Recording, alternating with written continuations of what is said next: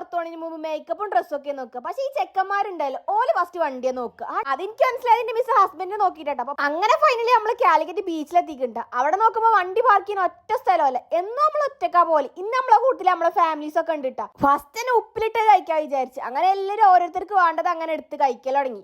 അതും കഴിഞ്ഞ് കുറച്ചു നേരം സൊറ പറഞ്ഞിരിക്കാന്ന് പറഞ്ഞപ്പോഴാണ് ഒരാൾക്ക് ഒരു പൂതി ഐശ്വര്യ കഴിക്കണമെന്ന്. വേറെ ആയിരിക്കുമല്ലോ, അത് എനിക്ക് തന്നെ കേട്ടോ. ഇപ്പൊ ഈ ചെങ്ങായി എന്താ കാട്ടിൽ നിങ്ങൾ ചിന്തിക്കേണ്ട, വേറെ ഒന്നല്ല, ഞാൻ വീഡിയോ എടുക്കേണ്ടത് പറഞ്ഞപ്പോൾ സ്റ്റെക്കായി നിന്നതാണ്. അങ്ങനെ പോണ വഴിക്ക് പുല്ലൊക്കെ മുളച്ചിക്കണോ.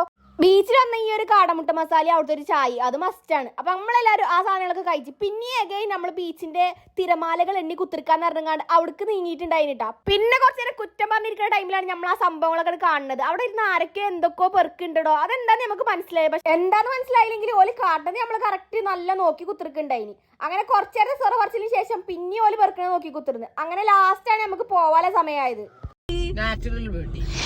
ഈശ്വരാ, പാവത്തുങ്ങൾക്ക് ഇങ്ങനെ സൗന്ദര്യം തരല്ലേ. ഒരു കയ്യബദ്ധം നാറ്റുകരുത്. നമ്മള് ബീച്ചിൽ നിന്ന് തിരിച്ച സമയം 11:30 കഴിഞ്ഞിരിക്കണ്. നമ്മൾ ഉദ്ദേശിച്ച ഷോപ്പ് നമ്മളെത്തിയ സമയത്ത് അടക്കാനുള്ള അവസാന ഘട്ടത്തിലാണ്. നമ്മൾ എവിടെ പരിപാടി അവതരിപ്പിച്ചാൽ ഇതന്നെ ആയതുകൊണ്ട് നമുക്കൊരു സെക്കൻഡ് പ്ലാൻ ഉണ്ടായി. അപ്പൊ അങ്ങനെ നേരെ നമ്മൾ അറേബ്യൻ മജ്ലിസിൽ പോയി. അങ്ങനെ ഒരു സൈഡിൽ വണ്ടി പാർക്ക് ചെയ്ത് നമ്മൾ പോരണാക്കി ഇവർ തമ്മിൽ ഭയങ്കര എന്തൊക്കെയോ കാട്ടിക്കൂട്ടല്.